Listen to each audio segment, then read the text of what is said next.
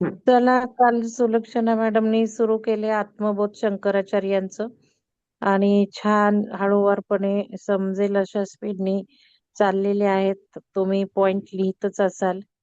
एखादी दुसरी वाक्य स्वतःला जी लक्षात ठेवायची आहेत ती तुमच्या डायरीमध्ये लिहा आणि त्याचं आपल्याला प्रॅक्टिकल जीवनात कसं आचरण करता येईल ते बघायचं आहे.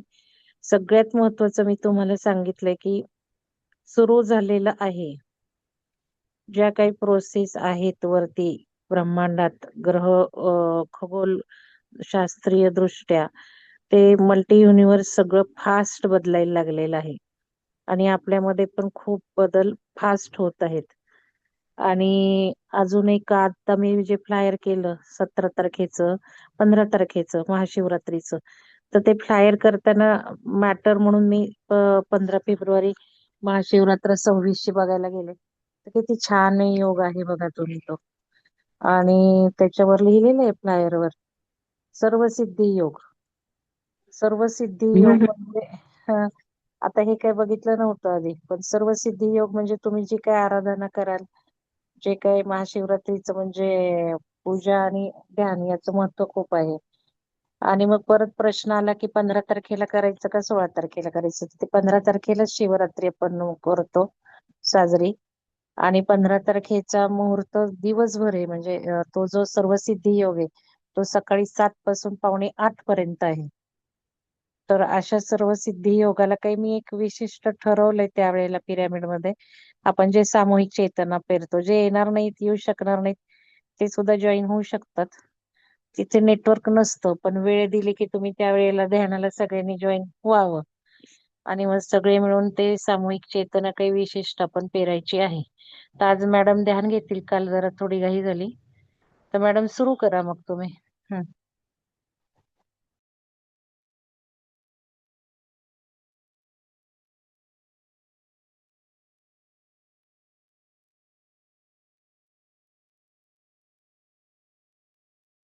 तर नमस्कार सगळ्यांना आणि मंगल मॅडमला खूप खूप धन्यवाद. तर आपण काल 2 श्लोक बघितले आत्मबोधाचे. तर आता इथून पुढे आपण आता सुरुवात करू. तर काल मॅडमने विचारलं होतं त्या प्रश्नाचं उत्तरच राहिलं माझं द्यायचं, की हे कोर्सेस जे मी केले त्या आजींकडे जाऊन आणि जे आता सुरू आहे तर त्याचे बिलकुल कोणतेच म्हणजे पैसे किंवा पेड काहीच नव्हतं, ते सगळं फ्री मध्ये आहे. जनरली कसं की ज्ञानाचा जो भाग असतो तो आपण फ्री मध्येच करतो. फक्त बाकी कोर्सेस असतील तर ते पेड असतात. त्यामुळे सगळीकडे मी फ्री शिकलेली आहे. तर आता आपल्याला तिसरा बघायचा आहे श्लोक. अविरोधितया कर्म ना विद्यां विनिवर्तयेत. विद्या विद्यां निहंत्येव तेजस्तिमिरसंघवत. म्हणजे काय सांगितलं त्याचा अर्थ त्यांनी, कर्म अज्ञानाचा नाश करू शकत नाही, कारण ते अज्ञानाच्या विरोधात किंवा विरोधी नसतं. म्हणजे कर्म, आता कर्मयोग पण असतो, जसं आपला ज्ञान योग असतो, भक्ती योग असतो, तर काही लोक कर्माने सुद्धा त्या ध्येयापर्यंत पोहोचू शकतात. खरोखर ज्ञानच अज्ञानाचा नाश करते. पण कर्माचं काय सांगितलं त्यांनी, कर्म म्हणा भक्ती म्हणा हे सगळं, जे भक्ती पण ठीक आहे, पण कर्माचं त्यांनी सांगितलं की ते अज्ञानाचा नाश नाही करू शकत, फक्त ज्ञानच अज्ञानाचा नाश करू शकतं. ज्याप्रमाणे प्रकाश गडद अंधाराचा नाश करतो. तर या श्लोकाचा असा शब्दशः अर्थ आहे. आता डिटेलमध्ये आपण बघू. ज्ञान आपल्याला जे देऊ शकते ते तप व संयम यामुळे का मिळू नये. या ठिकाणी ज्ञान ही संज्ञा अलंकारिक अर्थाने वापरलेली आहे. तर त्यांचं म्हणणं आहे की ज्ञान जे आपल्याला देऊ शकतं ते तप आणि संयम, समजा या गोष्टी आपण केल्या, शम दम तितिक्षा वगैरे जे आहे ते, तर त्याच्याने का मिळू नये. या ठिकाणी ज्ञान ही संज्ञा अलंकारिक अर्थाने वापरलेली आहे. ज्ञान प्राप्तीचा खरा अर्थ म्हणजे आपल्यातील आत्मतत्वाचे जे कधीही अस्तित्वात नव्हते असे नाही. म्हणजे आत्मतत्व कधीही अस्तित्वात नव्हते आणि आपण हे सगळं आपण त्याचा शोध घेतला आणि मग ते आपल्याला मिळालं किंवा त्याचा शोध लागला असं वगैरे नाहीये. जे कधीही अस्तित्वात नव्हते असे नाही, त्याचे पुनर्शोधन होय.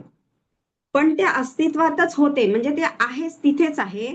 फक्त त्याचं आपण पुनर्शोधन केलेलं आहे, म्हणजे पुन्हा पुन्हा आपण त्याला शोधत आहोत. म्हणजे पूर्वी पण बऱ्याच लोकांनी, ऋषी मुनी वगैरे जितकेही जे काही असतील, त्यांनी सगळ्यांनी शोध लावला आहे. आणि आता आपण पण ज्या मार्गावर चाललो आहे, तर प्रत्येक व्यक्ती त्याच मार्गाने जाते आणि त्याचा शोध घेत असते.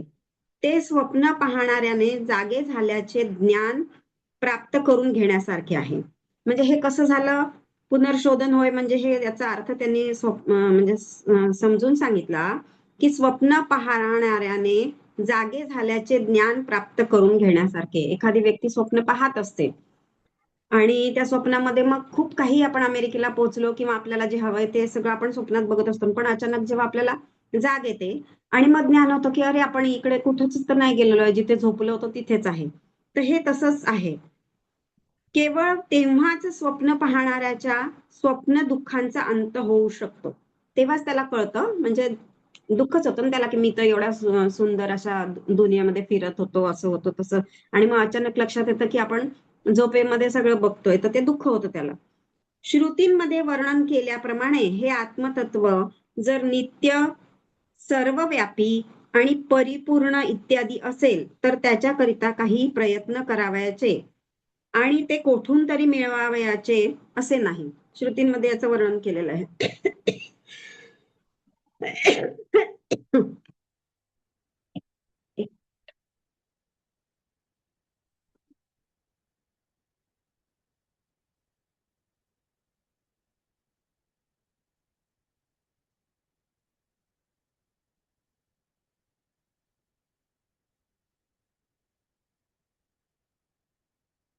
श्रुतींमध्ये त्याचं वर्णन केलेलं आहे, हे आपल्याला माहितीच आहे.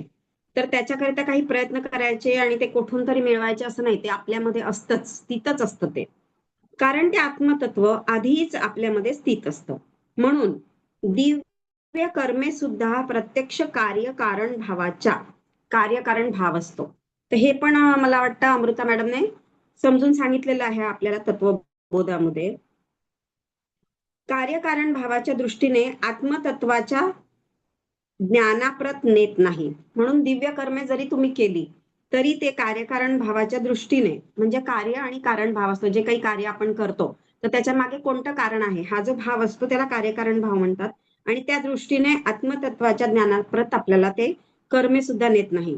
ज्यात आपल्या स्वतःमधील आत्मतत्वाचे सत्य व वास्तविक स्वरूप आपण बघू शकू असा आरसा असलेली ज्ञानग्रहणाची आंतरिक उपकरणे शुद्ध करण्यासाठीच ती दिव्य कर्मे उपयोगी पडतात. म्हणजे शुद्धतेसाठी कालच आपण बघितलं की मनाची शुद्धता, सगळ्याच प्रकारची शुद्धता, विचारांची शुद्धता, ते करण्यासाठीच आपण कर्मे करत असतो किंवा काही सेवाभाव असतो, सेवा करतो किंवा जप ध्यान जे काही प्रकार जितके पण दिलेले आहेत, किंवा कोणी कर्मकांड वगैरे, पूर्वी सुरुवात जी असते ती कर्मकांडांपासून होत असते. स्तोत्र पठणाने, जप ध्यान वगैरे ह्या सगळ्यांनी आपण काय करत असतो, शुद्धी करून घेत असतो. त्याच्यासाठीच फक्त ही कर्मे सुद्धा उपयोगी पडतात असं त्यांचं म्हणणं आहे. कल्पना करा की अंधारात एक खोली आहे, ती तासनतास झाडा किंवा माणसांची पलटण तो अंधार टोपल्यात भरून बाहेर फेकू देत. ते एक असं एक्झाम्पल सांगितलेलं आहे की अंधारात जी एक खोली की ती तुम्ही झाडा किंवा मग तो अंधार जो आहे त्याच्यातला तो टोपल्यात भरून जरी तुम्ही बाहेर फेकून दिला. किती लोकांनी? माणसांची पलटणच. पलटण म्हणजे काय आपण म्हणतो की खूप लोक जे असतात ते अंधार टोपल्यात भरून जर बाहेर फेकून दिला त्यांनी, तरी ती खोली अंधारीच राहील. झाडून काढणे ही अंधार नाहीसा करण्याची योग्य पद्धती नव्हते. समजा आपण झाडून नाही घेतलं तर आपल्याला काय वाटेल की ही खोली स्वच्छ झाली की उजेड येईल याच्यामध्ये किंवा प्रकाशमान होईल, तसं नसतं. तर ही काही योग्य पद्धत नाही. आता आपल्या हातात दिवा घेऊन त्या अंधाऱ्या खोलीत शिरूया, म्हणजे आपण एक दिवा घेऊन त्या खोलीमध्ये जाऊ. कितीही गडद अंधार असो, एका क्षणात ती खोली प्रकाशित होईल. त्याचप्रमाणे आपल्यातील ज्ञानाच्या शुद्ध प्रकाशाला आच्छादून टाकणाऱ्या अज्ञानाने त्यास जणू झाकून टाकलेले आहे. आपल्यामध्ये जे ज्ञान असतं, आत्मस्वरूपाचं ज्ञान, आपल्याला तसं माहितीच असतं सगळ्यांना ते, पण ते पडदे पडले असतात किंवा त्याच्यावरती आपण मळ असतो साचलेला. तर हे सगळं आतमध्ये आहे, पण तो शुद्ध प्रकाश जो आहे तो अज्ञानाने झाकलेला असतो. आपण अज्ञानी आहोत, आपल्याला अजून त्याचं ज्ञानच नाही झालं. आता आपण निदान त्या प्रोसेसवरती तरी आहे, जितके साधक आहेत तितके. पण बऱ्याच जणांना काय असतं, ती कल्पना सुद्धा नसते की आपल्याला हे काही अशा प्रकारे आपलं ध्येय असायला पाहिजे हे. तर अज्ञानाने जणू आवरण घातले आहे. प्रकाश रूप चैतन्य तत्व, तेच म्हणजे आत्मतत्व सतत तेजस्वी असते. आता खरं म्हणजे आपण प्रत्येक वेळेस आपल्याला लव आणि लाईट देण्याची जी संकल्पना आहे ती ग्रेट सेंट्रल सन पासून आपल्याला जो मिळतो लव आणि लाईट, तर तेच आपण सगळ्यांना देत असतो. तर हे लव आणि लाईट काय? लव आणि लाईट म्हणजे प्रेम आणि प्रकाश. तर आपलं स्वरूपच प्रकाश रूप आहे खरं म्हणजे. तर ही जी कन्सेप्ट आहे, प्रकाश रूप चैतन्य तत्व आत्मतत्व सतत तेजस्वी आहे आणि त्याला आच्छादणारे अज्ञान, म्हणजे त्याला ज्या अज्ञानाने आच्छादून टाकलेलं आहे त्या प्रकाशाला केवळ बाजूला करायचे असते. फक्त एका क्षणात ते बाजूला होऊ शकतं, पण त्याच्यासाठी खूप प्रोसेस कराव्या लागतात.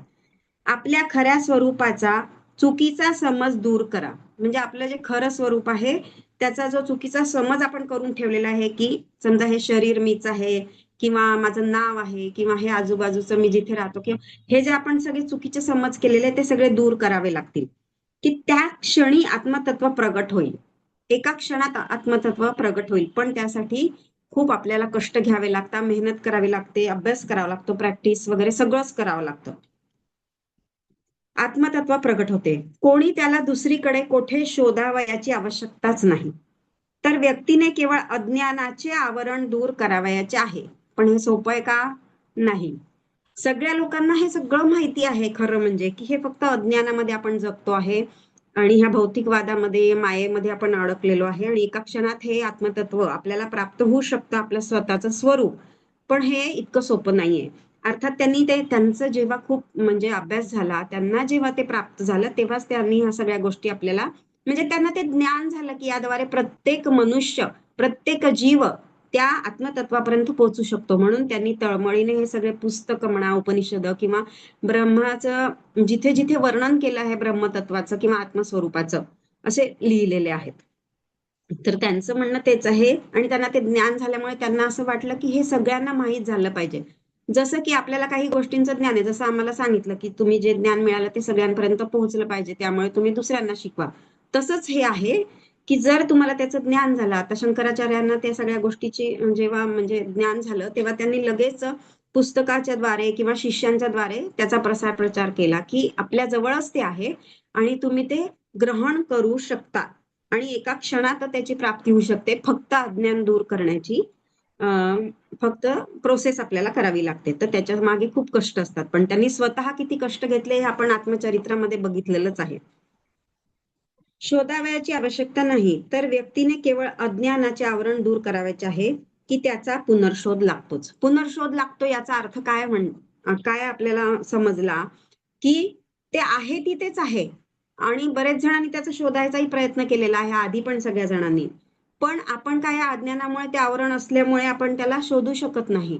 पण जेव्हा आपण त्याला शोधू तेव्हा त्याचा तो पुनर्शोधच असतो. पुन्हा शोधल्यात गेलेलं आहे ते. आहे तिथेच ते आपल्याला ते जाणीव नसल्यामुळे. येथे या अर्थानेच असे सांगितले आहे, की कर्म अज्ञानाचा नाश करू शकत नाही. फक्त कर्म करत राहिले तर त्याच्याने अज्ञानाचा नाश नाही होणार. तर ज्ञानच अज्ञानावरील उतारा आहे. आता उतारा शब्द इथे त्यांनी दिलेला आहे, तर त्याचा अर्थ बऱ्याच जणांना माहिती आहे. जसं की विंचू वगैरे चावला, काही चावलं तर त्याच्यावर उतारा असतो किंवा मंत्र वगैरे असतो, त्याला ते तसं सांगतात त्या दृष्टीने. तर ज्ञानच हा अज्ञानावरील उतारा आहे. परिच्छिन्न इवा ज्ञानात नाशे सती केवलः स्वयं प्रकाशते ह्यात्मा मेघा पाये शुमानिव शुमानिव.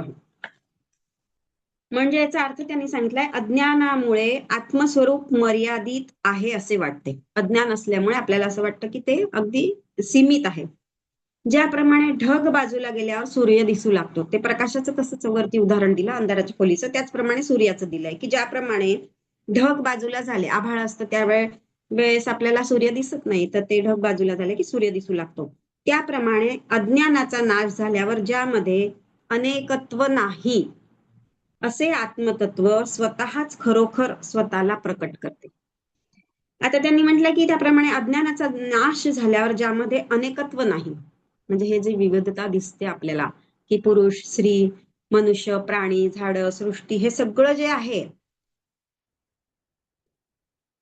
तर ते सगळं अनेकत्व आपल्याला दिसत असतं. म्हणजे वेगळ्या वेगळ्या गोष्टी आहेत, पण ते तसं नसून आपण एकच आहोत. सगळेजण आपण एकच आहोत. म्हणून इथे वननेसची फिलिंग आपल्याला लक्षात येईल. असे आत्मतत्व स्वतःच खरोखर स्वतःला प्रकट करते आणि ह्या अज्ञानाचा नाश झाल्यावरती हे आत्मतत्व स्वतःच स्वतःला प्रकट करते. म्हणजे आपण त्याच्याशी एकरूप होऊन आपणच ते असल्याची जाणीव आणि आत्मसाक्षात्कार आपल्याला होतो. मागील श्लोकातील जवळजवळ तीच मुख्य कल्पना येथे विस्तृतपणे मांडलेली आहे. मागील श्लोकात पण ती संकल्पना त्यांनी दिली होती. काय सांगितलं की भेद बुद्धी नष्ट करून ब्रह्मांडातले भेद उकलतात. तर त्यांनी मागच्या श्लोकातलं पण हे इथे दिलेलं आहे की मागील श्लोकातील जवळजवळ तीच मुख्य कल्पना काय आहे की अज्ञानाचा नाश करून ज्ञानाची प्राप्ती करणे म्हणजे साक्षात्कार करून घेणे. येथे विस्तृतपणे मांडली आहे. ज्ञानच केवळ अज्ञानाचा नाश करते. हे प्रत्येक शब्दामध्ये त्यांनी तेच रिपिटेशन का केलेलं आहे की ते आपल्यावरती बिंबवलं गेलं पाहिजे, आपल्या मनावर ठसलं पाहिजे. आणि हेच नाही, याच्यातच नाही, प्रत्येक कुठलंही तुम्ही खूप ऋषी मुनींचे किंवा उपनिषद घ्या किंवा कोणाची पुस्तकं घ्या, मोठे जे होऊन गेले सगळे म्हणजे मास्टर्स आपण म्हणतो त्यांना, तर त्यांनी प्रत्येक वेळेस हेच बऱ्याच गोष्टी अशा सतत आपल्यावर बिंबवलेल्या आहेत. एकच गोष्ट 10 वेळा, 100 वेळा, 50 वेळा का सांगितलेली आहे की ते आपल्या मनावर ठसलं पाहिजे आणि ती जाणीव आपल्याला झाली पाहिजे की आपणच ते आत्मतत्व आहोत. ज्ञानच केवळ अज्ञानाचा नाश करते. आता हे वाक्य किती वेळा आलंय. असे जेव्हा म्हटले होते तेव्हा त्यातून असे सूचित झाले होते की निव्वळ कर्मकांडात्मक क्रिया स्वतःहून इच्छित फल मिळवून देऊ शकत नाही. तर आता कर्मकांडांचं आपल्याला माहितीच आहे. आता बरेच जण आपले जे साधक आहे 3 वर्षापासून मॅडम सोबत जे आहेत त्यांना माहिती की कर्मकांडामध्ये काय असतं आणि काय करायचं आपल्याला आणि काय नाही करायचं ते. निव्वळ कर्मकांडात्मक क्रिया स्वतःहून इच्छित फल मिळवून देऊ शकत नाही. कोणत्याही प्रकारच्या साधनांनी सूर्याला आपण प्रकाश विण्याची आवश्यकता नाही. म्हणजे कोणत्याही क्रिया करा, त्याच्याने आपण सूर्याला प्रकाशित करू शकतो का? सूर्याला आपण प्रकाशितच करू शकत नाही, कारण तो स्वयंप्रकाशित आहे. तो सदैव तेजस्वीच असतो. अगदी उंच आकाशात तो स्वतःच सर्व ऋतूंमध्ये जगाला प्रकाशमान करीत असतो. भटकणारे ढगच आड येऊन त्या जीवनदायी तेजोगोलाचे म्हणजे सूर्याचे दर्शन व त्याचे ऐश्वर्य आच्छादून टाकतात. जसजसे ढग बाजूला होतात तसतसा त्यामागील सूर्य प्रकट होत असतो. म्हणजे ढग बाजूला झाले की आपोआप आपल्याला सूर्य दिसतो. आत्मतत्व अनंत आहे. आता हे बरेच काही खूप महत्वाचे आणि चांगले चांगले वाक्य आहे. ज्यांना याचा अभ्यास करायचा आहे त्यांनी लिहून घेऊ शकतात. एकमेव, एक रस, नियतीचे नियामक अशा त्या स्वरूपामध्ये वास्तविक, आता त्यांनी आधीच आपल्याला सांगितलंय की उपमा आणि अलंकार याच्यामध्ये आहे, कारण की शंकराचार्य हे कवी होते, द्रष्टा होते, आपल्याला माहिती. तर मग कवींची जी भाषा असते किंवा ज्या असते ती अलंकारिक आणि उपमात्मकच असते.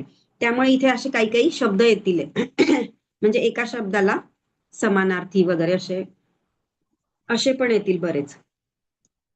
अशा त्या स्वरूपामध्ये वास्तविक कोणत्याही तऱ्हेची अनेकता किंवा विविधता नाही. एकमेव एकरस, नियतीचे नियामक अशा त्या स्वरूपामध्ये, नियतीचा जो नियंता आहे त्याचं जे स्वरूप आहे त्याच्यामध्ये अनेकता किंवा विविधता नाहीये.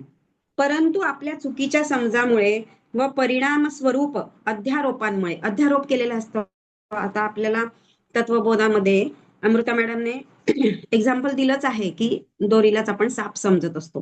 तर हे वेदांतामधलं सगळ्यात महत्वाचं उदाहरण आहे. प्रत्येक वेळेस हे उदाहरण तुम्हाला येईल. तर अध्यारोप म्हणतात त्याला. म्हणजे असते ती दोरी पण अंधारामध्ये आपल्याला काय साप दिसतो. म्हणजे हे सगळं आपल्या मनाचे भ्रम असतात. अध्यारोपांमुळे ह्या परमतत्वा संबंधीच्या अज्ञानात आपण कष्टत राहतो. परमतत्व संबंधीच्या अज्ञानात म्हणजे अज्ञानाचं ना, त्याच्याबद्दल आपल्याला ज्ञान नाही झालेलं आपण अजून, त्यामुळे आपल्याला ते कष्टात राहतो. म्हणजे आपण दुःखी होत राहतो, आपल्याला समजतच नाही ना त्याचं जे मूळ आहे ते एकच एक प्रकाशक म्हणून असते. आणि त्याच्या जीवनदायी शक्तींनी तेच त्याचे अस्तित्व जाणवून देते. जीवनदायी शक्ती ज्या आहेत, म्हणून खरोखर हे आत्मतत्व स्वतःच्या परमश्रेष्ठ वैभवाने स्वतःच्या अस्तित्वात केवळ अद्वितीय आहे. आता त्याच्याबद्दल खूप काही असं वर्णन केलेलं आहे. आणि ते स्वतःच स्वतःमध्ये आपले सतचित स्वरूप प्रगट करते. बाह्य जगातील मोहमयी वस्तूंना घट्ट धरून ठेवणारी आसक्ती ज्यांना राहिली नाही, तेच या सत्य स्वरूपाचा अनुभव घेण्यास पात्र आहेत. आता आपण बघितलंय बरेचसे साधू संत ऋषी मुनी सगळे जे आहेत, ते सगळे ह्या सगळ्या मोहामध्ये अडकत नाही. बाह्य जगातील मोहमयी वस्तूंना घट्ट धरून ठेवलं का त्यांनी सगळ्याचा त्याग केलेला असतो. आणि अंतर्बाह्य आपण जे आहेत, गृहस्थ लोक जे आहेत, म्हणजे जे संसारी आपण म्हणतो की आपण संसारही करतो आहे आणि अध्यात्माचाही अभ्यास करतो आहे किंवा त्याकडे जाण्याचा जो मार्ग आहे त्यावर आपण चाललेलो आहे, तर अशा लोकांना आपल्याला अंतर्बाह्य अंतर संन्यास आपल्याला घ्यावा लागतो. बाहेरून आपण सामान्य लोकांसारखेच दिसतो, पण आतमधून आपल्याला हा संन्यास का घ्यायचा आहे, या सगळ्या गोष्टींचा त्याग आतून करायचा आहे. म्हणजे चार लोकांसमोर तुम्हाला काही दाखवायचं नाही की मी भगवे कपडे घालून बसलीये किंवा मी पांढरेच कपडे घालून बसलीये, मग मी आता लग्नाला नाही जाणार आणि खाणं पिणं नाही करणार आणि कोणाकडे जाणार नाही. तर हे सगळं करायची आता ह्या परिस्थितीत आवश्यकता नाहीये. पृथ्वीमध्ये जे बदल होत आहेत, हे पूर्वीच्या काळी होतं की संन्यास ग्रहण करावा लागायचा आणि संन्यासी झाल्याशिवाय तुम्ही बऱ्याच ह्या सगळ्या गोष्टींचा त्याग नाही करू शकत. तर त्यावेळची ती संकल्पना होती. आता हे नाहीये. आता आपल्यासारखे लोकही परमतत्वाची प्राप्ती करून घेऊ शकतात. त्यामुळे त्यांनी हे सांगितलं आहे की हे जे स्वरूप आहे ते मोहमायांनी वस्तूंनी घट्ट धरून ठेवणारी आसक्ती ज्यांना राहिली नाही, आपल्यासारखेही बरेच लोक आहेत.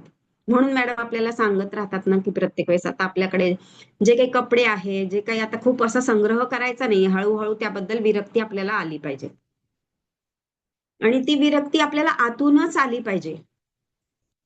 तर त्यालाच खरा संन्यास म्हणतात. म्हणजे तुम्ही गृहस्थ असून सुद्धा हा संन्यासी होऊ शकता. असं नाही की भगवे कपडे घालून आपल्याला जंगलांमध्ये जाऊन कुट्यामध्ये राहायचंय वगैरे, ह्याची काहीही आवश्यकता नाही आताच्या परिस्थितीमध्ये. पूर्वी होतं ते सगळं, कारण की पूर्वीची जी प्रोसेस होती ती थोडी कठीण होती. म्हणून या लोकांना परिव्राजक बनून जंगलांमध्ये वगैरे फिरावं लागायचं. शंकराचार्यांनी बघितलं आपण की किती कठोर म्हणजे साधना पण केल्या आहेत आणि सतत परिभ्रमण केलेलं आहे. स्वामी विवेकानंदांनी केलेलं आहे, योगानंदांनी केलं, आपल्याला सगळं माहिती आहे. तर त्या काळात तसा होता, त्यामुळे त्यांना करावं लागलं. आपल्याला कुठेही जायची गरज नाही, इथेच बसून आपण सगळं प्राप्त करू शकतो. तर ह्या सत्य स्वरूपाचा अनुभव घेण्यास ती व्यक्ती प्राप्त ठरते की जी मोहमयी वस्तूंना घट्ट धरून ठेवणारी नाही, सोडणारी आहे. तर पुढचा जो श्लोक आहे 5वा तो घेऊ. अज्ञान कलुषम जीवम ज्ञानाभ्यासाधी सिद्धी निर्मलम कृत्वा ज्ञानम स्वयं नश्येत जलम कत करेणुवत.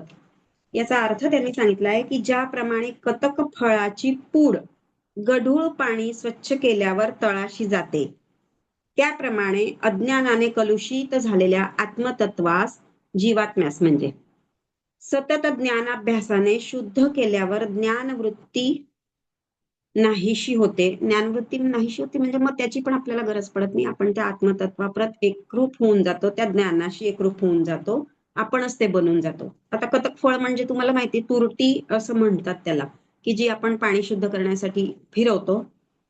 आणि बहुतेक तेच आहे किंवा बघते मी, याचा अर्थ अजून बघितला नाहीये.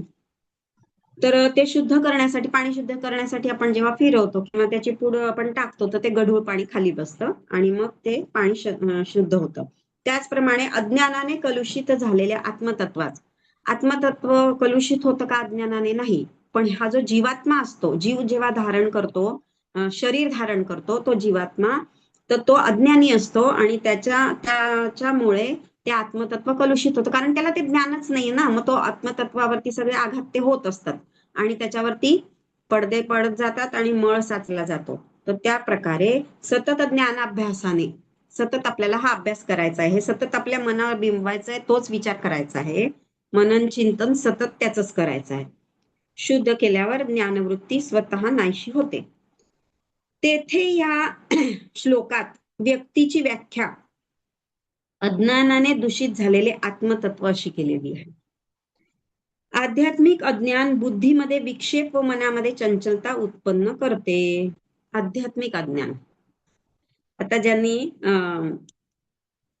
केन उपनिषद आणि पहिलं उपनिषद जे आहे ते त्याचा आपण अभ्यास केला होता. त्याचं नाव मी विसरली, ईशावास्य उपनिषद. त्याच्यात दिलेलं आहे की अज्ञानी लोक सुद्धा अंधकारात जातात आणि जे आध्यात्मिक दृष्टीने आपल्याला वाटतं की आपण खूप म्हणजे आध्यात्मिक झालो आहोत, तर ते लोक सुद्धा अंधकारात जातात. हे दोन्हीचं एक कॉन्ट्राडिक्टरी स्टेटमेंट त्याच्यामध्ये आहे. त्याच्यावरच आधारित त्यांनी सांगितलेलं आहे की आध्यात्मिक अज्ञान म्हणजे आपण आध्यात्मिक आहो असं आपल्याला वाटत असतं, पण जोपर्यंत स्वस्वरूपाचं ज्ञान आपल्याला होत नाही, एनलायटनमेंट आपल्याला जोपर्यंत होत नाही किंवा समाधी अवस्था आपल्याला प्राप्त होत नाही, तोपर्यंत आध्यात्मिक अज्ञानामध्येच आपण असतो.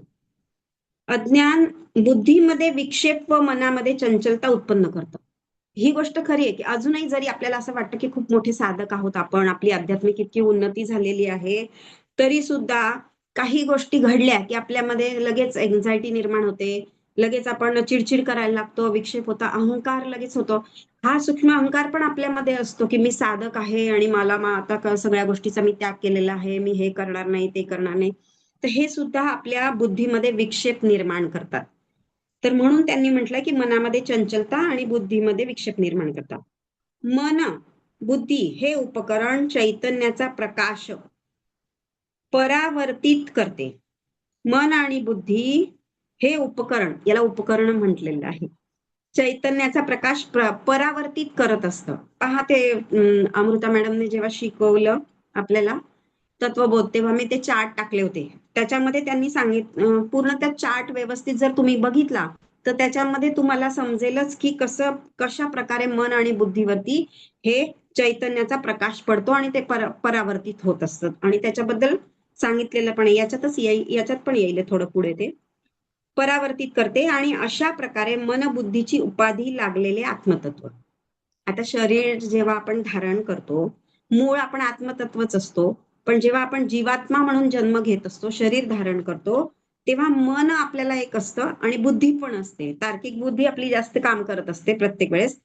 तर ह्या उपाधी आपल्याला मिळालेल्या असतात, त्या जीवात्म्याच्या सोबत मिळालेल्या आपल्याला फ्री मिळालेल्या असतात, मन आणि बुद्धीची उपाधी. म्हणजे व्यक्तित्व किंवा जीव आपण जे म्हणतो, होय. तर हे जे आत्मतत्व आहे ते व्यक्तित्व किंवा जीव म्हणू शकतो त्याला आपण. ते प्युअर आत्मतत्व नाहीये. तर हे जीवात्मा आपण म्हणतो की त्याला मन आणि बुद्धीची उपाधी असते. प्रकृतीच्या मर्यादा सोसणारा तो हा जीव व त्याची तुलना आरशात आपण पाहत असलेल्या आपल्या स्वतःच्याच प्रतिबिंबाशी करता येईल. हा जो जीव असतो तो कसा असतो, प्रकृतीच्या मर्यादा असतात त्याला, की प्रत्येक गोष्टी अंधारामध्ये बाहेर पडू शकणार नाही, भीती असतं, भय असतं, ह्या सगळ्या ज्या गोष्टी असतात किंवा तर्क लावतो बुद्धी, संशयात्मक बुद्धी असते आपली. मग हे असं केलं की असं होईल का, मग असं केल्याने तसं होईल का, तर्कच माणूस करत बसतो. तर ह्या सगळ्या प्रकृतीच्या मर्यादा सोसणारा तो जीव असतो. सोसणारा म्हणजे त्याला ते सहन करावं लागतं, कारण त्याच्या पुढे अज्ञान असतं. तो ते सगळं एकदम सोडू नाही शकत, हळूहळू ते सगळं सुटतं त्याचं. तर त्याला त्यांनी म्हटलंय की त्याची तुलना आरशात आपण पाहत असलेल्या आपल्या स्वतःच्या प्रतिबिंबाशी करता येईल. हे साहजिकच आहे की परावर्तित करणारा पृष्ठभाग अंतर्गोल व बहिर्गोल असेल तर आपण विद्रूप दिसू. तर त्यांनी सांगितलं आहे की हे साहजिकच आहे की परावर्तित करणारा जो पृष्ठभाग आहे तर तो अंतर्गोल व बहिर्गोल असेल तर आपण विद्रूप दिसू. म्हणजे आपलं व्यवस्थित चित्र, एखादा आरसा जर व्यवस्थित नसेल तर त्याच्यामध्ये आपल्याला आपलं चित्र स्पष्ट आणि व्यवस्थित दिसेल का, नाही, काहीतरी विद्रूप दिसेल त्याच्यामध्ये. तसंच त्यांनी सांगितलंय की ह्या ज्या सगळ्या उपाधी लागलेल्या आहेत आपल्याला मन बुद्धीच्या आणि सगळ्यात ज्या काही गोष्टी आहे प्रकृतीच्या मर्यादा आहे, तर त्याच्यामुळे आपल्याला स्वतःलाच ही जाणीव नसते की आपण स्वतःच ते तत्व आहोत म्हणून. प्रतिबिंबित करणारा पृष्ठभाग जेव्हा सपाट होतो किंवा नाश पावतो, म्हणजे पूर्णपणे तो जेव्हा नाश पावतो. आता एखाद्या तळ आहे किंवा काही पाण्याचा साठा आहे, त्याच्यात आपण जेव्हा खडा टाकतो तर तरंग उफडतात, तर खालचं पाणी स्वच्छ व्यवस्थित दिसत नाही जोपर्यंत ते तरंग सुरू आहे तोपर्यंत. त्याच प्रकारे इथे सांगितलेलं आहे की प्रतिबिंबित करणारा पृष्ठभाग जेव्हा सपाट होतो आणि तो जेव्हा क्लिअर होतो, म्हणजे ते जे वलय तयार होत असतात ते तरंग, ते जेव्हा पूर्णपणे नाहीसे होतात किंवा नाश पावतो तेव्हाच आपल्या प्रतिबिंबाची कुरूपता नाहीशी होऊ शकते. म्हणजेच आपल्याला जे काही दिसत असतं ते स्वच्छ निर्मळ आपलं जे मन जोपर्यंत होत नाही तोपर्यंत आपण या अज्ञानामध्ये अडकलेलो असतो. जेव्हा मन बुद्धी स्थिर व शुद्ध होईल तेव्हाच व्यक्तीच्या विकृती नाहीशा होऊन जातील. मन आणि बुद्धी स्थिर आणि शुद्ध होईल तर त्याच्या प्रोसेस सगळ्या माहिती आपल्याला, मग हे सगळे योग आपल्याला करायचे आहे. कर्मयोग, ज्ञानयोग, भक्तियोग या सगळ्या प्रोसेस मधून जायचंय, सेवा करायची आहे.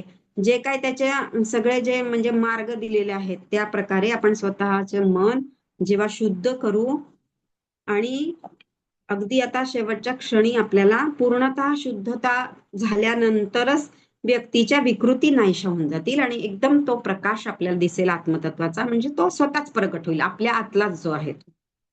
अगदी शुद्ध व स्थिर केलेले मन हे मनच नाही. कारण मन म्हणजे दुसरे काही नसून विचार प्रवाह आहे. हे तर आपल्याला माहितीच आहे की मन म्हणजे फक्त विचारांचा एक प्रवाह आहे. सतत कंटिन्युअस विचार सुरू असतात आपले.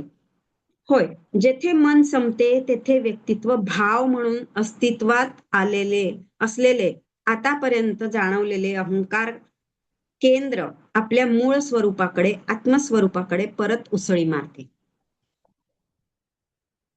जेथे मन संपते म्हणजे मग त्या मनाची जाणीव आणि तो विचार प्रवाह जेव्हा बंद होऊन जातो आणि जेव्हा आपल्याला ते ज्ञान होते की आपणच ते आत्मतत्व आहोत, तेथे व्यक्तिभाव म्हणून अस्तित्वात असले म्हणजे आपण एक व्यक्ती आहोत हा जो भाव आपल्यामध्ये आहे निर्माण झालेला, अस्तित्वात असलेले आतापर्यंत जाणवलेले म्हणजे आपल्याला त्या जाणीवेतच असतो बऱ्याच वेळा.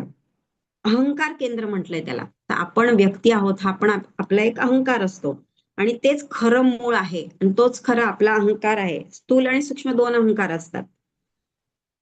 तर त्या प्रकारे जेव्हा आपण म्हणतो की आपणच आहोत, जसं की मी सुलक्षणा आहे, मग मी हे आहे, मी इथे राहते वगैरे वगैरे, तर हे जे सगळं आहे आपल्याला एक व्यक्तित्व भाव जो आहे आपला तो जेव्हा नाहीसा होतो तेव्हा आपण आपल्या मूळ स्वरूपाकडे म्हणजेच आत्मस्वरूपाकडे परत उसळी मारतो. म्हणजे परत आपण त्याच मूळ स्वरूप जिथून आपण आलो आहोत तिथे आपण परत जाण्याची आपली जी प्रोसेस असते ती संपते म्हणजे आणि आपण एकरूप होतो.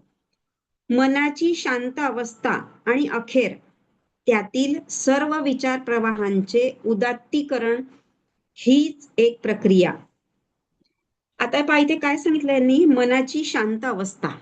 आता मनाची शांत अवस्था केव्हा होईल, केव्हा स्थिर होईल तुमचं मन, की त्याचे सर्व विचार प्रवाह जे आहे, विचार प्रवाह पहा, विचार कधीही नष्ट होत नाही, शेवटच्या क्षणापर्यंत ते नष्ट होत नाही.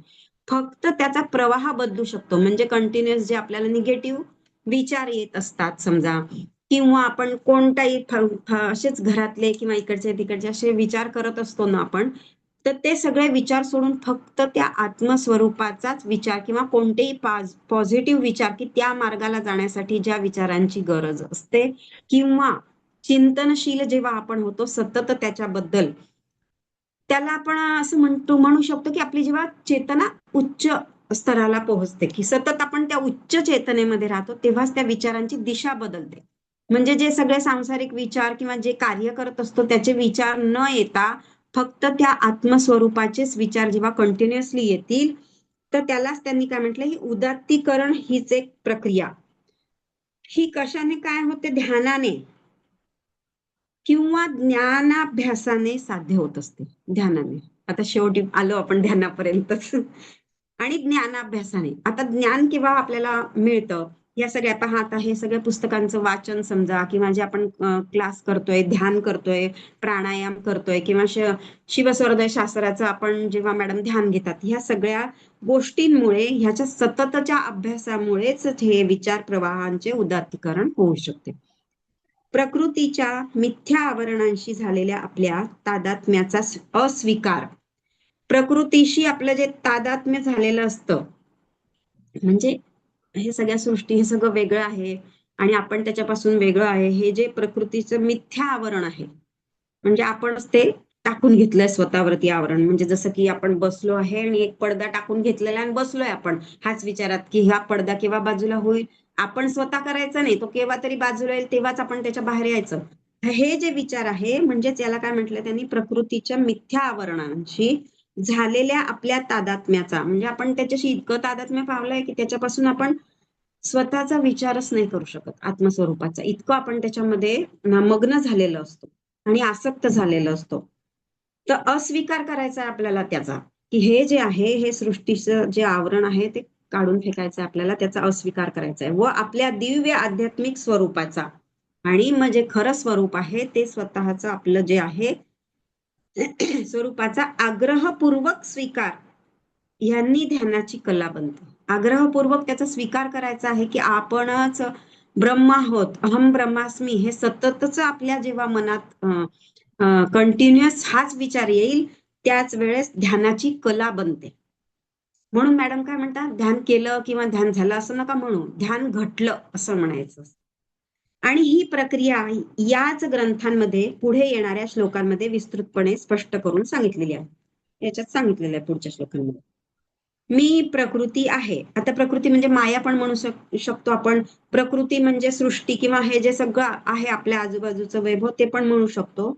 याचे सतत स्मरण म्हणजे जर अहंकार केंद्र असेल, सतत जर आपण हे स्मरण ठेवलं की आपण हे आहोत, जसं की मी सुलक्षणा आहे, हे घर आहे, तुम्ही हे साधक आहात, विहंगमला जोडले आहात, किंवा हे पण जे सगळे विचार आहे, तर ते अहंकाराचे केंद्र आहे. म्हणजे मी आहे, माझं अस्तित्व, ह्या शरीराचं अस्तित्व म्हणजे अहंकार आहे. तर त्या जागी मी आत्मतत्व आहे, हा सतत विचार प्रवाह आणता येणे शक्य आहे, हे निसंशय. परंतु तरी सुद्धा हाही एक सततचा विचार प्रवाहच आहे, आणि म्हणून तो अनुभवही वृत्ती ज्ञान उपाधियुक्तच आहे. म्हणजे ठीक आहे, आता मी आत्मतत्व आहे हा विचार जरी आपण आता कंटिन्युअस करायला लागलो, पण तो एक विचार प्रवाहच आहे. म्हणून त्यांनी काय म्हटलं इथे, की तो अनुभवही वृत्ती ज्ञान उपाधियुक्तच आहे. म्हणजे ती एक उपाधीच आहे ना, ब्रह्म ही एक उपाधीच आहे. नंतर आपल्याला ते पण म्हणजे डिझॉल्व्ह करायचं आहे. उपाधियुक्त व मर्यादितच आहे, म्हणजे तिथे सुद्धा आपण अडकलेलोच आहोत असं समजू शकतो, किंवा तिथे उपाधियुक्तच आहोत आणि त्याच्यामध्येच आपण संकुचितच आहोत, आपण तेवढ्यापुरते मर्यादितच आहे, की जो परिपूर्ण असूच शकत नाही. तर हा विचार सुद्धा परिपूर्ण नाही असं त्यांचं म्हणणं आहे. ध्यानाभ्यासाने मनाचे उदात्तीकरण केल्यावर तो स्वतः संपतो. आता उदात्तीकरण करायचं म्हणजे काय करायचं, की जी ही संकुचित वृत्ती आहे आपली, की आपणच आत्मतत्व, तसं न करता जे आपल्या संतांनी ऋषीमुनींनी सगळ्यांमध्ये ते परब्रह्म बघितलेलं आहे, वननेसची जी फिलिंग आहे, सगळं म्हणजे एकरूपता जी त्याच्याशी आपली आहे, त्यालाच त्यांनी म्हटलंय की मनाचे उदात्तीकरण केल्यावर तो स्वतःच संपतो. हा विचार सुद्धा मग ध्यानाभ्यासाने संपतो. असे म्हणून या शंकेचे निरसन प्रस्तुत श्लोकात केलेले आहे. आपले झोपण्याचे प्रयत्न आपल्याला झोप लागल्यावर संपतात. जसं की आता झोप येत नाही, आपण खूप विचार करतो की आता झोप आली पाहिजे, किंवा कोणी लोक, बरेच लोक गोळ्या वगैरे घेतात, किंवा बऱ्याच प्रोसेस असतात त्याच्यासाठी, अजिबात ज्यांना झोप येत नाही त्यासाठी. पण जोपर्यंत आपण झोपत नाही तोपर्यंत आपल्याला वाटत राहते गाढ झोप लागली पाहिजे बा आज आपल्याला, असं. तर हे प्रयत्न केव्हा संपतात? झोप लागल्यावरच संपतात. या श्लोकात गढूळ पाणी स्वच्छ करण्यास प्राचीन भारतात वापरीत असलेल्या कतक फळाच्या भोवतीचे उदाहरण दिलेले आहे. पावसाळ्याच्या दिवसात जेव्हा नदीचे किंवा विहिरीचे पाणी गढूळ होत असते, त्यावेळी ते बादलीतील पाण्याच्या पृष्ठभागावर कतक फळाची भुकटी टाकीत. ही पूड बुळबुळीत होते आणि त्याच्या पाण्यावर एक एकसारखा तवंग येतो. जास्त जड असल्यामुळे पाण्यामध्ये तरंगत असलेल्या घाणीच्या लहान लहान कणांसह तो तळाशी जातो. ती प्रोसेस आपल्याला माहिती, आपण केलेलं आहे सगळं. पाण्यामध्ये तरंगत असलेल्या घाणीच्या लहान लहान कणांसह तो तळाशी जातो. ह्या क्रियेमध्ये घाण तळाशी जाते. इतकेच नव्हे तर जे साधन आपण वापरले आहे तेही तळाशी जातात, ते विरघळून जातात त्याच्यामध्ये, आणि बादलीमध्ये स्वच्छ पाणीच फक्त राहतं. तसंच एक पूर्वी शाईची बाटली असायची, दौत वगैरे आपण वापरायचो, ती शाई पेनामध्ये शाई भरायचो आपण ती. तर त्याचं पण तसंच आहे, ती बाटली जेव्हा आपण घेतो आणि ती शाई जेव्हा संपते, जेव्हा तिला आपण धुवायला प्रयत्न करतो दुसऱ्या काही वस्तू ठेवण्यासाठी, पूर्वी आपण ठेवायचो त्याच्यामध्ये, तर सुरुवातीला खूप गढूळ गढूळ पाणी. कोणाचं तरी अनम्यूट आहे, म्यूट करा जरा. वंदनाने म्हणजे मॅडम हो मॅडम. म्यूट करा, म्यूट. तर त्यांनी तेच सांगितलेलं, Mute all ते शाईच्या करते मी बाटलीचं मॅडम. उदाहरण सांगितलं. मी म्यूट ऑल करते, तुम्ही परत सुरू करा.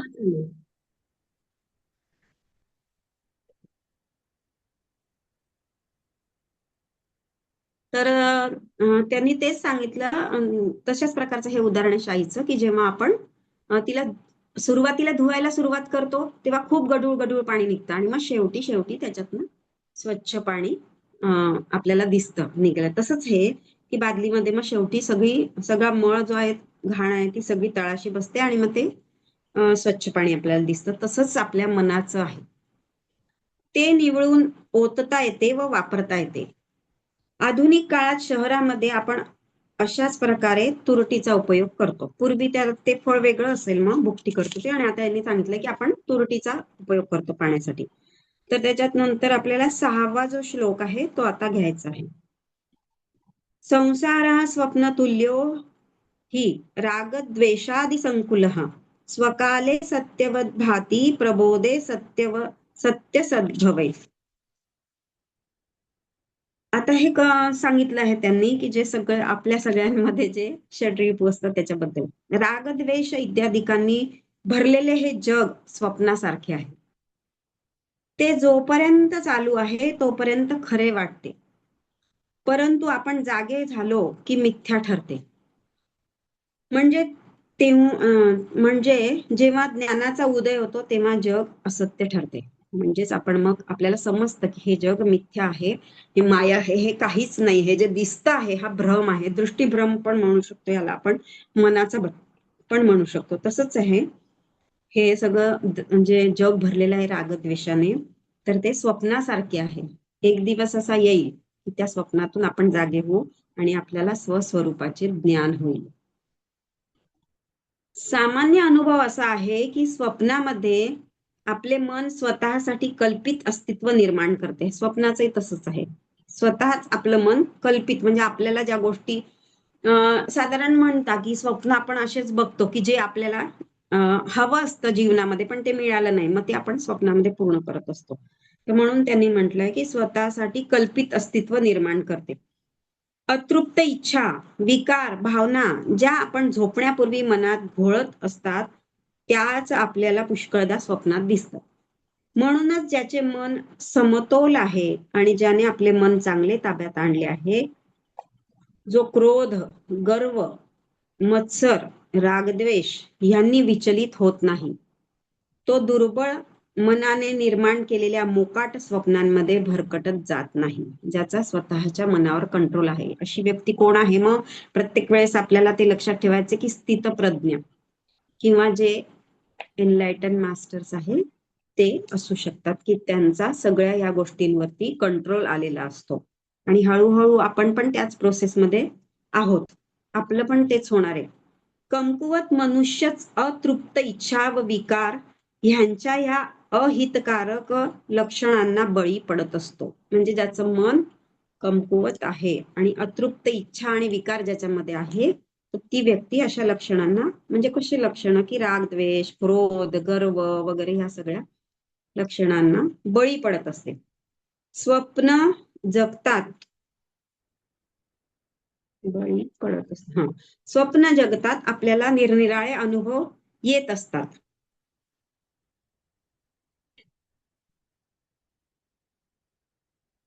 तर इथे त्यांनी एक हे दिलेलं आहे, टीप दिलेली आहे की स्वप्न रूपकावरील अधिक तपशीलवार व परिपूर्ण स्पष्टीकरणासाठी मांडुक्य कारिका याची प्रवचने बघा. मांडुक्य उपनिषद आहेच, तर त्याच्यामध्ये याच्याबद्दल डिटेलमध्ये सांगितलेलं आहे. स्वप्न जगतात आपल्याला निरनिराळे अनुभव येत असतात. जागृत अवस्थेमध्येही अनुभव असतात, परंतु जागृत अवस्थेस एक दीर्घ स्वप्न मानण्यास आपण तयार नसतो. पहा किती सुंदर वाक्य आहे की जेव्हा आपण झोपतो आणि स्वप्न पडतो ते काही काळासाठी आपण झोपतो. समजा जे काय 4-5 तास झोपत असू, त्यावेळेस जे काय 1 तास किंवा 2 तास स्वप्न आपण बघत असू, तर ते स्वप्न आणि जागृत अवस्थेमध्येही याचा अनुभव आपण घेत असतो. कारण काय आहे की हे एक दीर्घ स्वप्न आहे.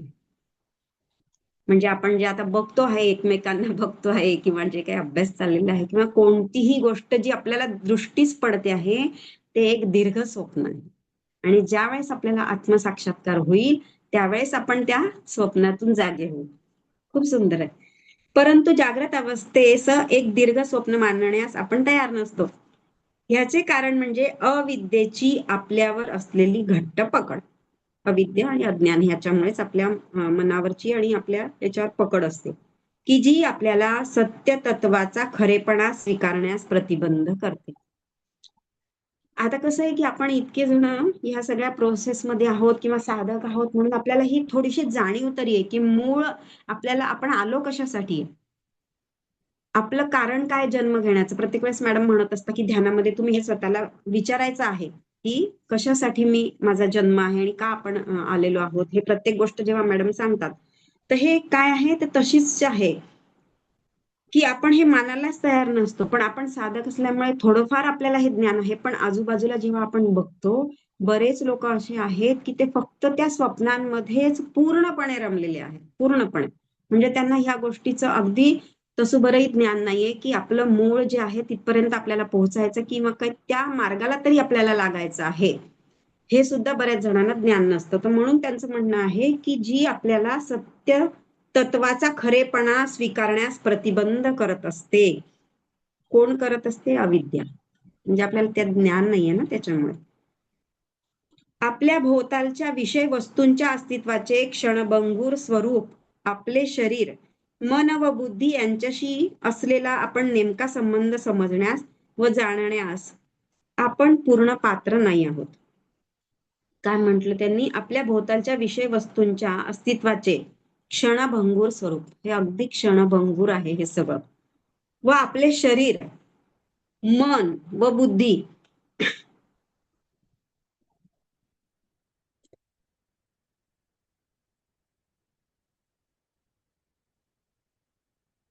भोवतालच्या विषय वस्तूंच्या अस्तित्वाचे क्षणभंगूर स्वरूप आपले शरीर, मन व बुद्धी यांच्याशी असलेला आपला नेमका संबंध समजण्यास व जाणण्यास आपण पूर्ण पात्र नाही आहोत. अजूनही आपण अपात्रच आहोत की जोपर्यंत आपण आपल्या स्वरूपाचं जे ज्ञान आहे तिथपर्यंत पोहोचत नाही. आपण जेव्हा साक्षात्कार करून घेत नाही तोपर्यंत आपण पात्र नाही आहोत.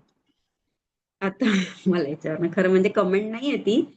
बरेच माझ्या मैत्रिणी किंवा बऱ्याच जणींनी यावेळेस काय पाठवलं, हळदी कुंकू जेव्हा होतं संक्रांतीचं त्यावेळेस संक्रांतीचा सण यावेळेस सगळ्यांनी कसा साजरा केला, की ते काय धुरंधर नावाचा पिक्चर आहे त्याच्यातलं ते गाणं आहे खूप फेमस झालेलं आणि प्रत्येक जणी हळदी कुंकाला आपल्याकडे बायांना बोलवलं प्रत्येक जणीने आणि अक्षरशः ती बाई पण स्वतः दारात उभी राहून तोच डान्स करते आणि त्या बाहेरून येणाऱ्या बायका पण.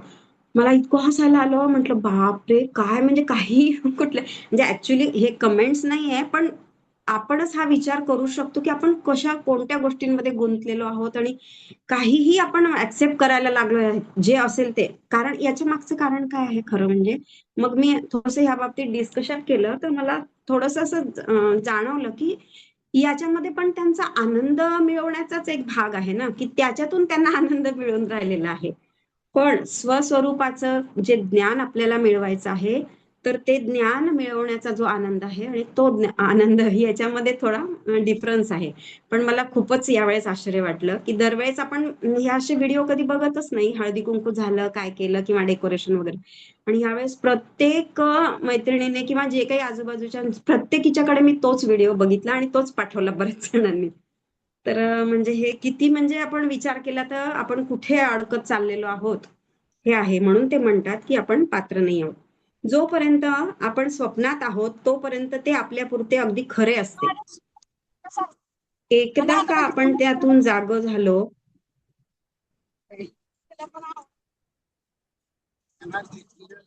रोहिणी स्वामी मॅडम म्यूट करा.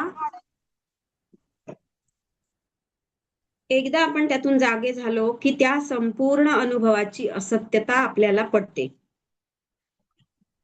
जेव्हा आपण पूर्णपणे जाग होऊ म्हणजेच आपण त्या स्टेपला पोहोचू तेव्हा आपल्याला ह्या अनुभवाची असत्यता पटते. म्हणजे ते स्वप्न आहे बा हे समजतं आपल्याला. त्याचप्रमाणे जेव्हा आपण प्रकृतीच्या आवरणांच्या स्तरांमध्ये खोलपर्यंत जातो आणि सर्वव्यापी आत्मतत्वाची अनुभूती घेतो तेव्हा अनेकतेचे अस्तित्व गुंडाळले जाते. अनेकता असते, विविधता जी आपली असते, आपण बघत असतो. आपण विविध गोष्टी वेगळ्या आहेत आपल्यापासून, ते सगळं आपलं जे आहे दृष्टीमध्ये आपल्याला येतं. तर ते अनेकतेचे अस्तित्वच जे आहे ते गुंडाळले जाते. केव्हा गुंडाळले जाते? की जेव्हा प्रकृतीच्या आवरणांच्या स्तरांमध्ये खोलपर्यंत आपण जातो आणि सर्वव्यापी आत्मतत्वाची अनुभूती घेतो त्यावेळेस. म्हणजे त्यावेळेस आपण एकरूप होऊन जातो त्याच्याशी. आणि आपल्याला त्या परमश्रेष्ठ परमात्म्याची जाणीव होते की जेच केवळ त्यानंतर सत्य तत्व म्हणून अनुभवले जाते. म्हणून सत्य ज्ञान स्वरूपाला झाकणाऱ्या अज्ञानाचा, अविद्येचा भेद करून मिथ्या अस्तित्वातून जागे होऊया आणि आपल्या स्वतःच्या आत्मतत्वाचे आनंद स्वरूप जाणून घेऊया. आता आपण तोच विचार केला आनंदाबाबत, आणि त्यांनी तेच सांगितलं की आत्मतत्वाचे आनंद स्वरूप काय आहे तेच आपण तो आपण जाणून घेऊया. तर पुढच्या श्लोकात ते सांगताय 7व्या, तावत सत्यम जगत भाती शुक्तिकारजतम यथा यावन्न न्यायते ब्रह्म सर्वाधिष्ठानमद्वयम्. या सर्व सृष्टीचे अधिष्ठान जे ब्रह्म आहे त्याचा जोपर्यंत अनुभव येत नाही तोपर्यंत हे जग सत्यच आहे असे आपल्याला वाटत असते. शिंपलीच्या ठिकाणी रुप्याचा भास होण्याप्रमाणेच आहे. शिंपलीच्या ठिकाणी रुप्याचा भास हे जे आहे ते म्हणजे रूप म्हणजे चांदी, त्याचा भास आपल्याला म्हणजे ते चमकतं. शिंपलं जेव्हा चमकतं वाळूमध्ये त्यावेळेस आपल्याला असं वाटतं अरे हे चांदीचं काही तुकडा वगैरे तर नाही ना, असं अशा प्रकारचे हे भास होण्यासारखं आहे. केव्हा हे भास होतात आपल्याला? ह्या सर्व सृष्टीचे अधिष्ठान जे ब्रह्म त्याचा जोपर्यंत अनुभव येत नाही तोपर्यंत हे जग आपल्याला सत्यच आहे असे वाटते आणि असं भास होतात. जगत म्हणजे आपण नेहमी समजतो त्याप्रमाणे केवळ स्थूल बाह्य जग नव्हे. जग म्हणजे शारीरिक, मानसिक व बौद्धिक ह्या निरनिराळ्या प्रकारच्या उपकरणांद्वारा 3 अवस्थेत जागृत, स्वप्न, सुषुप्ती व्यक्तीने अनुभवलेले एकूण अनुभव होय. जागृत, स्वप्न, सुषुप्ती आपल्याला आता माहित झालेलं आहे. आता जे आपण बसलोय बघतोय ते जागृत. स्वप्न म्हणजे आपण झोपतो त्यावेळेस ते, आणि गाढ झोपेमध्ये सुषुप्ती असते आणि त्यानंतरची तुरीय अवस्था हे आपल्याला माहिती आहे. जगत म्हणजे आपण नेहमी समजतो त्याप्रमाणे केवळ स्थूल बाह्य जग नव्हे. म्हणजे हे जे आहे स्थूल आपण बघतोय तेच नाही. जग म्हणजे शारीरिक, मानसिक, बौद्धिक ह्या निरनिराळ्या प्रकारच्या उपकरणांद्वारे, म्हणजे शरीर, मन आणि बुद्धी याला त्यांनी काय उपमा दिलेली आहे की उपकरण म्हणून दिलेले आहे त्याला. त्यांनी मागच्या याच्यात पण आपण ते बघितलं की ते उपकरण आहे आपले. आता हे इथे असं त्यांनी काय सांगितलं की जगत म्हणजे आपण नेहमी समजतो त्याप्रमाणे केवळ स्थूल आणि सूक्ष्म नाहीये. जगत म्हणजे सृष्टी आणि शरीर. तर जे बाहेर सुरू असतं तेच आपल्या आतमध्ये, संपूर्ण प्रोसेस जी बाहेर असते ती पूर्ण आपल्या आतमध्ये असते. म्हणून आपण नेहमी म्हणत असतो की पिंडी ते ब्रह्मांडी, जे ब्रह्मांडामध्ये चाललेलं आहे ते पूर्ण आपल्या शरीरामध्ये ती सेम प्रोसेस असते. तर ते कशाद्वारे? या तीनही उपकरणांच्या द्वारे 3 अवस्थांमध्ये जागृत, स्वप्न, सुषुप्ती व्यक्तीने अनुभवलेले एकूण अनुभव होय. म्हणजे हे सगळे जे अनुभव आपण घेत असतो तर ते या तिन्ही अवस्थांमध्ये पण अनुभव घेतलेले असतात ते पण, आणि हे कोणत्या लेवलला पण असतात? शारीरिक, मानसिक आणि बौद्धिक लेवलला पण आपण तेच तिन्ही अवस्थांमध्ये घेत असतो ते अनुभव. थोडक्यात जगत मध्ये उपभोगासाठी ज्ञानेंद्रियांद्वारे रूपगंधादी म्हणून जाणल्या जाणाऱ्या, आता उपभोगासाठी म्हणजे उपभोग घेत असतो. ज्ञानेंद्रिय कोणते आपल्याला आपण शिकलेलो आहे, डोळे झाले, कान झाले, हे सगळे ज्ञानेंद्रिय आहेत. रूपगंधादी त्यांचे जे हे असतात, म्हणजे हे म्हणतो त्याला आपण काय म्हणतो, ज्ञानेंद्रियांच्या द्वारे आपण ह्या सगळ्या सृष्टीचा उपभोग घेत असतो. तर ते बाह्य गोष्टी ज्या आहेत आपण त्या ग्रहण करू शकतो ह्या ज्ञानेंद्रियांच्या द्वारे. तर त्याला रूप, गंध, शब्द, स्पर्श आपल्याला ते सगळं माहिती आता, तर ते तुम्ही समजून घेऊ शकता. रूप गंधादी म्हणून जाणल्या जाणाऱ्या, मनाद्वारे संवेदना व भावना, मनाला काय असतात? संवेदना होत असतात आणि भावना असतात, म्हणून अनुभवल्या जाणाऱ्या. आता दोन्ही गोष्टी सांगितलेल्या आहेत इथे की ज्ञानेंद्रियांच्या द्वारे रूप, रसादी, गंध वगैरे ते जे आहे त्याचा आपण ग्रहण करत असतो बाह्य गोष्टींचा. मनाद्वारे संवेदना, भावना म्हणून जे अनुभव घेत असतो ते, आणि बुद्धीद्वारे कल्पना आणि विचारधारा. तर ह्या तिघांचं पहा, खूप महत्वाचं वाक्य आहे. तर ह्या तिन्ही गोष्टींच्या द्वारे आपण काय ग्रहण करत असतो हे खूप महत्वाचं सांगितलेलं आहे. तिन्ही गोष्टी कशा असतात की जेव्हा जगतमध्ये उपभोगासाठी शरीर काय असतं, हे जे शरीर असतं ते ज्ञानेंद्रियांच्या द्वारे उपभोग घेत असतं बाह्य गोष्टींचा. नंतर कशाद्वारे घेत असतं, रूप, रस, गंध, शब्द, स्पर्श वगैरे ते सगळं माहिती आपल्याला. मन कशाद्वारे घेत असतं, संवेदना आणि भावना. आता भावना किती महत्वाच्या असतात आणि त्याद्वारे काय काय क्रिया घडतात, काय असतात. जे लोक विहंगमला किंवा मंगल मॅडमला जोडलेले आहे ते भावनांचे, इमोशनचे किती इफेक्ट असतात शरीरावर, मनावर, आणि ते किती डीप होऊ शकतात आणि त्याच्याने काय काय आपलं तंत्र बिघडू शकतं, आपला ऑरा खराब होऊ शकतो, हे सगळं आपण शिकलेलो आहोत. जे साधक अगदी रेग्युलर आहे त्यांना हे सगळं माहितीये. म्हणून भावना, संवेदना किती महत्वाच्या आहे. एखाद्या व्यक्तीने जरी आपल्याला काही बोललेलं असेल तर आपण जन्मभर ती गोष्ट आपल्या मनामध्येच ठेवत राहतो. यांनी त्यावेळेस मला असं म्हटलं, सुटतच नाही ती गोष्ट.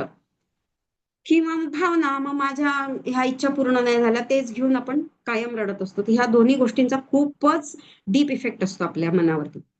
आणि शरीराच्या ह्या म्हणजे इफेक्ट पेक्षा मनावरती झालेला इफेक्ट खूप जास्ती खोलवर असतो.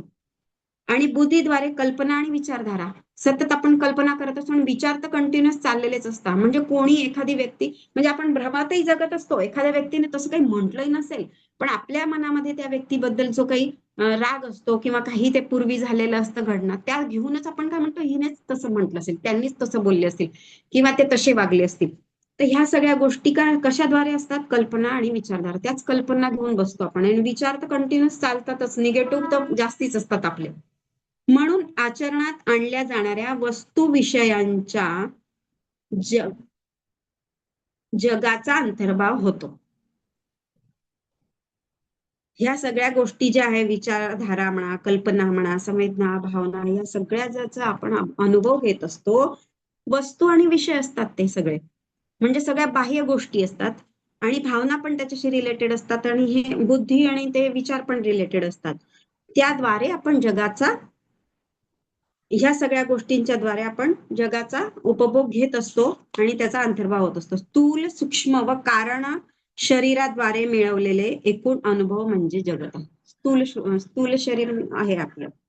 तर स्थूल, सूक्ष्म आणि कारण शरीर, 3 शरीर, ते पण तुम्हाला तत्वबोधामध्ये अमृता मॅडमने आपल्याला सगळ्यांना शिकवलेलेच आहे. तर तुम्हाला आता समजलंच असेल स्थूल शरीर काय असतं, सूक्ष्म काय असतं. सूक्ष्म म्हणजे मन, बुद्धी आणि अहंकार, हे सगळं सूक्ष्म शरीर आहे. आणि त्याच्या पलीकडे कारण शरीर असतं. कारण शरीराचे पण तेजस, प्राज्ञ वगैरे असे ते प्रकार आहे, दोन्ही तिन्ही, ते पण सांगितलेलंच असेल मॅडमने सगळं. तर हे सगळं आहे. तर ह्याच्याद्वारे आपण अनुभव घेत असतो आणि आपण, आपल्याला माहितीच आहे की आपण जो जन्म घेतो हा जीवात्मा, तो अनुभव घेण्यासाठीच आलेला असतो खरं म्हणजे. आणि या सगळ्या अनुभवांच्या द्वारे जे तयार होतं त्याला आपण जगत म्हणत असतो. सर्वांचे एक थोडस घेऊ, मग आपण ध्यान घेऊया. सर्वांचे अधिष्ठान असणाऱ्या, सर्वाधिष्ठानम हा शब्द इथे वापरलेला आहे 7व्या श्लोकामध्ये. सर्वाचे अधिष्ठान असणाऱ्या, सर्वाचं अधिष्ठान काय आहे, सर्व व्यक्त स्वरूपांना व्यापून टाकणाऱ्या एकमेव परिपूर्ण सत्य तत्वाचा अनुभव घेऊन आपण जोपर्यंत दिव्य परमेश्वरी अवस्थेमध्ये प्रवेश केलेला नाही, तोपर्यंत जगत आपल्याला अगदी सत्य व संपूर्ण खरे वाटत असते. आणि हे म्हणजे रियालिटीच आहे, आपल्याला माहितीच आहे की अजून तर आपण तिथपर्यंत पोहोचलो नाहीये, पण पोहोचणारच आहोत. आणि आपणच ते आहोत हे ज्ञान जेव्हा आपण स्वतःमध्ये सतत बिंबत राहू तेव्हा आपण त्या अवस्थेला पोहोचणारच आहोत. तर त्यांनी तेच म्हटलेलं आहे की स्वतःचे अधिष्ठान असलेल्या व्यक्त स्वरूपांना व्यापून टाकणाऱ्या एकमेव परिपूर्ण सत्य तत्वाचा अनुभव घेऊन आपण जोपर्यंत त्या दिव्य परमेश्वरी अवस्थेमध्ये प्रवेश केलेला नाही, तोपर्यंत जगत आपल्याला सत्य व संपूर्ण खरे वाटते. एकदा का स्वप्नातून जागे झालो की आपण स्वप्नात गमावलेल्या वस्तूंसाठी शोक करत नाही. जसं की आता स्वप्नात काही वस्तू आपली हरवली, म्हणजे आपण बघतोय आणि एकदम अचानक ती हरवलेली आहे, मग आपल्याला शोक होतो. तर तो शोक आपण जेव्हा जागे होतो, अरे ते तर काहीच नव्हतं, स्वप्न असतं. तर तसंच आपलं त्यावेळेस पण होणार आहे असं ते सांगतात आपल्याला, की स्वप्नात गमावलेल्या वस्तूंसाठी शोक करीत नाही किंवा मिळवलेल्या वस्तूंसाठी हर्ष करीत नाही, किंवा एखादी गोष्ट मिळाली तर त्याचा हर्ष आपल्याला होतो, आनंद होतो, तर ते स्वप्नातून जागे झाल्यावर आपल्याला त्याची काही जाणीव नसते. तसेच ज्याप्रमाणे जाग आल्यावर स्वप्नावस्थेमध्ये अनुभवलेली सर्व विविधता नाहीशी होऊन जागृत मनामध्ये एकरूप होऊन जाते. पहा प्रोसेस त्यांनी पहा किती सुंदर सांगितलेली आहे, की स्वप्नामध्ये काही वस्तू हरवल्या गेल्या तर हर्षही करत नाही, शोकही करत नाही. का नाही करत आपण? कारण आपण जेव्हा जागे होतो स्वप्नावस्थेमध्ये अनुभवलेल्या ज्या गोष्टी असतात किंवा ज्या वेगवेगळ्या गोष्टी पाहिलेल्या असतात, विविधता म्हणतो आपण त्याला, ती नाहीशी होऊन जाते जागृत झाल्याबरोबर. कारण की ते जागृत मनामध्ये एकरूप होऊन जातं स्वप्नावस्था. त्याप्रमाणे आध्यात्मिक जाग सगळ्यात महत्वाचा शब्द आहे. त्याचप्रमाणे आध्यात्मिक जाग आल्यावर अनेकविध जगताची विविधता आणि आपले सर्व भिन्न अनुभव, कारण की आपण स्वतःला भिन्न समजत असतो ना या गोष्टींपासून. तर जेव्हा आपल्याला आध्यात्मिक जाग येते म्हणजे आपण त्या शेवटच्या क्षणापर्यंत पोहोचतो, त्यावेळेस हे जे सगळे अनुभव आहेत सर्वांचे अधिष्ठान असणाऱ्या एकमेव परमश्रेष्ठ तत्वामध्ये विलीन होतात, मर्ज होऊन जातात. एकदा आपल्याला त्या शिंपलीतील चुन्याची कवडी मोल किंमत कळली की आपण शिंपलीला पुन्हा कधीच चुकीचे रुपे समजत नाही. रुपे म्हणजे चांदी आपण समजत नाही भाऊ. त्याचप्रमाणे एकदा आपल्याला परमश्रेष्ठ सत्यतत्वाची अनुभव आली आणि नित्य परमेश्वरी तत्वाचे, अनंत सत्यतत्वाचे शुद्ध चैतन्य स्वरूप सर्वोच्च अवस्थेचे अस्तित्व आपण अनुभवू लागलो, म्हणजे जगताला खरे समजण्याची किंवा त्याच्यापासून वेगळे समजण्याची चूक पुन्हा आपण करणार नाही. जेव्हा ती जाणीव होईल आपल्याला, तर ते त्याच्यासाठी म्हणजे श्रीरामकृष्ण एक असं साधक जेव्हा आपण बनतो, ती जी प्रोसेस होत असते, तर तेव्हा ते सांगतात की जसं की एखाद्या दारुड्याला व्यसन लागलेलं असतं, तर ते प्रत्येक वेळेस तो त्या दारूच्या दुकानामध्ये जातो वगैरे तसं. किंवा मग एखादा मोर जर आला आणि आपण त्याला अफूची गोळी दिली, तर त्याच चवीने तो रोज तो मोर यायला लागतो त्याच ठिकाणी त्या अफूची गोळी खाण्यासाठी. तर तेव्हा जेव्हा आपली साधक अवस्था होते आणि आपल्याला जेव्हा ह्या मार्गावर आपण जात असतो, तेव्हा आपल्याला समजायला लागतं की ती जी चव आहे, अफूची चव, त्यांनी त्याला मोराला दिलेली चव सांगितली, तर आपल्याला ही जी एक हे लागलेली आहे सवय किंवा चव आपल्याला ती घ्यायची आहे कशाची, ते जे शुद्ध चैतन्य स्वरूप आत्मतत्व आहे, तर त्याची जेव्हा आपल्याला साधक म्हणून सवय लागेल, रोज ते आपण म्हणजे प्रयत्न करत राहू त्यापर्यंत पोहोचण्याचे, तर ते एक त्याला आपण व्यसनच म्हणू शकतो की हे आपल्याला आता व्यसन लागलंय. आणि ते कुठपर्यंत नेऊन सोडेल आपल्याला, की जोपर्यंत आपल्याला आत्मतत्वाचे, चैतन्य स्वरूपाचे, सर्वोच्च अवस्थेचे अनुभव जोपर्यंत येत नाही, तोपर्यंत आपण सतत ती चव घेण्यासाठी ह्या सगळ्या गोष्टी, हे कोर्सेस आणि हे जे वाचन आहे, हे सगळ्या उपनिषदांचं किंवा शंकराचार्यांच्या पुस्तकांचं किंवा मोठ्या मोठ्या सगळ्यांनी लिहून ठेवलंय, दासबोधाचं आपण केलं वाचन, आणि सगळे जितकेही पुस्तक आहे किंवा जे कोर्सेस मॅडम घेत आहेत ध्यानाचं, तर हे आपल्याला तिथपर्यंतच नेऊन देण्यासाठी ती प्रोसेस आहे. आणि मग ती चव घेण्यासाठी आपण रोज ते सगळं करत आहोत. दोरावर साप दिसण्याच्या भासामध्ये दोर ह्या अधिष्ठानाशिवाय सापाचा अध्यारोप अशक्य आहे. ती दोरी असल्याशिवाय ते सापाचं अधिष्ठान असणारच नाही, असं त्यांचं म्हणणं आहे की दोर असल्याशिवाय सापाचा अध्यारोप आपण करू शकणार नाही. कारण दोरीचा आणि सापाचा आकार साधारण सेमच असतो. आपण काही एखादा डब्बा तिथे ठेवला आणि त्याला साप म्हणू का? नाही म्हणणार. अंधारामध्ये जरी असलो तरी ते वेगळ्या आकाराचं असेल, पण ते अशा पद्धतीने दोरी पडलेली असेल तर तिला आपण बरोबर अंधारामध्ये आपल्याला जाणवेल की बाबा सापच आहे म्हणून. तर त्यांनी असं म्हटलंय की दोरावर साप दिसण्याच्या भासामध्ये दोर या अधिष्ठानाशिवाय सापाचा अध्यारोप अशक्य आहे. त्याचप्रमाणे आत्मतत्वाशिवाय, परमतत्वाशिवाय जे अमर, अगोचर, अविकारी इतके सारे त्यांना विशेषण लावलेले आहे त्यांनी आहे, व ज्याचा येथे अधिष्ठान म्हणून उल्लेख केलेला आहे, त्याला आपण आत्मतत्वाला अधिष्ठान म्हणूनच त्यांनी उल्लेख केलेला आहे. त्याच्याशिवाय जगताचा भ्रम होणे देखील शक्य नाही. त्या अधिष्ठानाशिवाय, ते अधिष्ठान आहे म्हणूनच आपल्याला हा भ्रम पण होत आहे असं त्यांचं म्हणणं, की ती दोरी आहे म्हणूनच आपल्याला साप दिसतो आहे. म्हणून हे ज्या हा भ्रम जो आपल्याला का होतो आहे, ते आत्मतत्वाचीच ती एक म्हणजे अनुभूती आहे. पण तो भ्रमाच्या द्वारे आपण अज्ञानी असल्यामुळे आपल्याला तो भ्रम होतोय असं त्यांनी सांगितलं. तर आता 7 श्लोक झालेले आहेत. पुढे वाचायचं का मॅडम थोडं, की काय बोलायचंय तुम्हाला काही?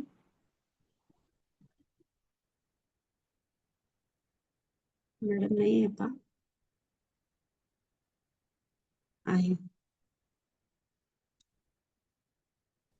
मॅडम, मला तुम्ही आता ते विचारायचं हा होतं. तुम्ही आता नाही का ते हा स्वप्नामध्ये विचारा ना असं मॅडम. वाटतं ते ते परत सांगा ना. ते छान वाक्य आहे ते स्वप्नामध्ये आपल्याला काय? म्हणजे काहीच राहत नाही, उरत नाही स्वप्नातून जागे झाल्यावर. हा हा हा ते वाक्य वाचते मी परत एक सांगा. मिनिट, परत वाचते. हो.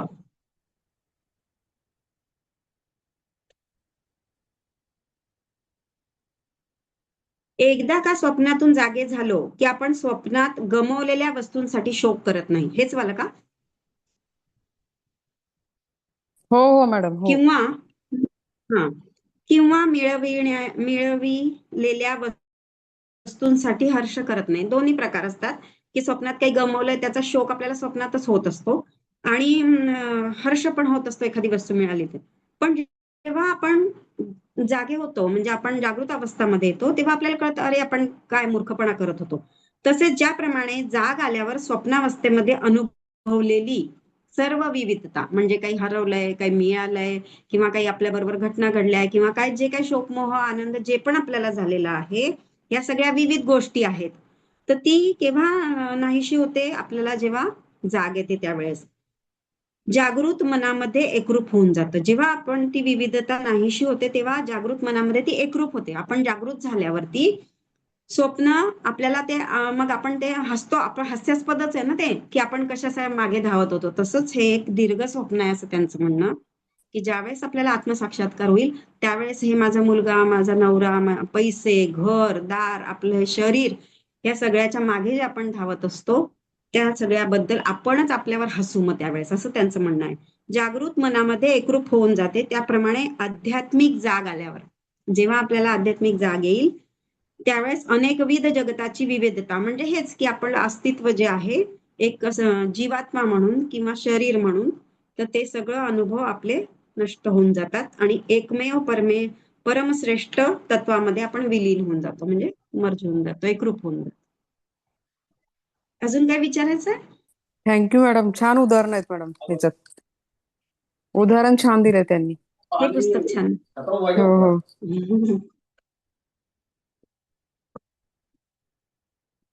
ठीक आहे. तर मग आता मॅडम तुम्ही काही बोलताय का, मंगल मॅडम?